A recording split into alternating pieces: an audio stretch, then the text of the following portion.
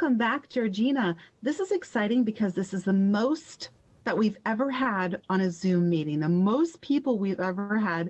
And it's exciting because it is Alzheimer's Awareness Month in January. We're here with Tammy Bucci from the Alzheimer's Society of York Region, along with Mike Albani and Cynthia Wallbank. Welcome, all of you, to Georgina Life. Thank you. Thank you. Tammy, it's great to see you again. I just want to ask you, as a service provider, certainly, and entrepreneurs, we've been challenged with trying to provide service and do business during these rather challenging times. I understand that you've been very, very successful at continuing. Can you share that a little something with us about that? Absolutely. So COVID hit, and like most businesses, we switched our business model really quickly, I'm happy to share. So our social workers immediately switched to phone and Zoom platforms so that they could continue to service our clients. We reinstated our caregiver support groups. We created a virtual day program that gets emailed out, not just to former clients that were previously in our day program, but also people on our waiting list. So in some ways, we were able to actually accommodate more people. It's obviously a different environment. We've continued to do our public education. We've brought a social recreation program that we previously delivered in person, online as well, Minds in Motion, through generous funders. We've been able to deliver that program. So in some ways, we're actually reaching out to more people in the community.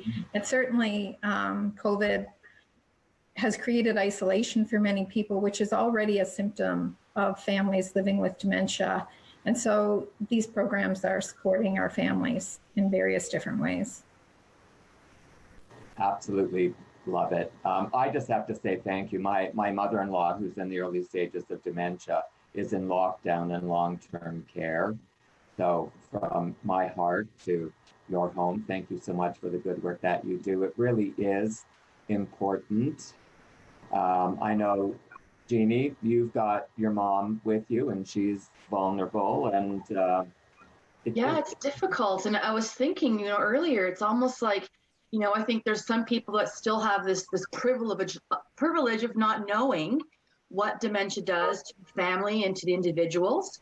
And then there are those that are living with it and dealing with it, and you all of a sudden your knowledge base really goes up on what it is. So this organization, I think, for the community is essential. So speaking sort of those stories, we have Mike Albani here. Mike, you're a Keswick resident, the local boy. Yes.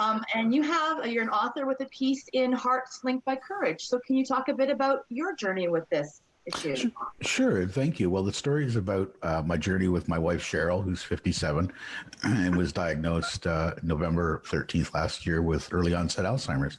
And the story is about our journey as a family and the impact it's made on us as a family, watching her go down and degenerate and go downhill with the disease. And how we've dealt with it as a caregiver. I'm a full-time caregiver, and I'm a full-time worker, and a full-time dad, and a full-time housekeeper, and the toll it takes on a caregiver. But most importantly, it's watching the person that we love, that I love very, very much, my wife of 30 years, and is not the same person anymore. And that's the difficult part of the whole journey. Yeah, there's all I've been doing this season is crying on our shows. Yeah. It just, oh God, it breaks my heart when I hear you say that. And I really don't think that unless you're walking that path, that anyone really does understand the impact it has on the entire family. Everyone who touches your family is impacted. So, whew. Yeah.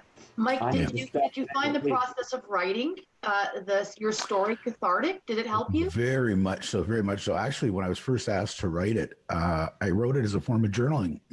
Oh. And, we were given, I think, a month to have the story done. And I wrote it in a day and sent it in. And, after the story was out of me, I felt better. I felt released. And really the goal was, not only was it able to help me as a caregiver and as my wife's husband, but if it helps someone else, if it prepares someone else for the journey, if it makes someone else aware of what they're going to go through and how they're going to feel, then maybe I did my job, and maybe then there's some light at the end of the tunnel for that. Yeah. And I think that's a really, really key piece, because we don't really fully understand or grasp the impact that what we're doing truly has on others, and how it affects positive change in the bigger picture. That's right. That's right. That's right. Yeah, And, I absolutely love that. yeah, and so hopefully, someone who's going to get the book, read the stories that are in there, not just mine, but all the others from the caregivers, and be able to recognize themselves, be able to recognize how they're going to be able to deal with this, because it's a lifelong journey. It's nothing that's going to be going away tomorrow. We're in it for the long haul. Yes, and I'm wondering, Cynthia Wallbank, I'm seeing you down there on the bottom of our screen. And Cynthia, what I understand that you're part of the book as well. What inspired you to tell this story that's impacted your life? Well, first of all, I was very honored to be asked to be a part of this, and at the time, I wasn't feeling particularly inspirational, to tell the truth. My mom was diagnosed 2.5 years ago now with dementia, a mixed dementia. And my sister and I were going to her apartment daily just to check on her. Mm-hmm. When it became obvious that she wasn't safe to be in her own apartment by herself any longer, we moved her into an assisted living facility in Keswick. Which has been wonderful. The problem was that we moved her about a week before COVID hit. It was a real challenge to move her. She has never acknowledged the fact that she has this terrible disease. Wow. So we did get her moved in, and we had Loft involved to help with the transition. And they were only able to be there for about the week as well. And all of a sudden, nobody was able to go and see her again. And so she kind of went downhill really quickly. And then, so by the time we were asked to write the story, I was feeling pretty down. Lisa asked me could I submit this story? And I thought, okay, I'll give it a shot and see what happens. And it was actually quite cathartic for me to write it. It helped me to realize all of the good things that have happened, and kind of play down the bad things a little bit. My mom is a very gregarious, or was a very gregarious and outgoing and helpful caregiving type of person herself. And so to see the decline in her has been really hard for my family and me. But she's safe and she's well cared for.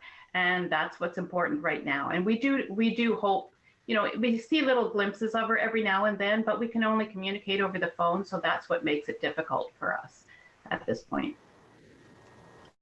Gosh, I'm calling my mother-in-law when I end this segment.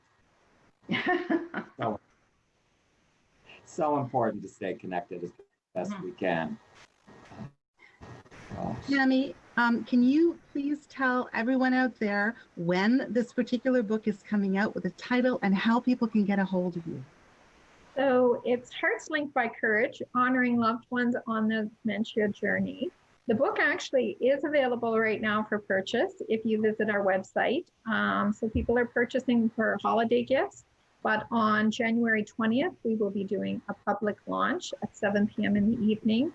So all are welcome to join us. Some of our authors, such as Cynthia and Mike, will be available to chat to during the launch. Tammy, I gotta cut you off, unfortunately. Thank you for being here. Thank you all. And Georgina, don't go away. Lots more coming up.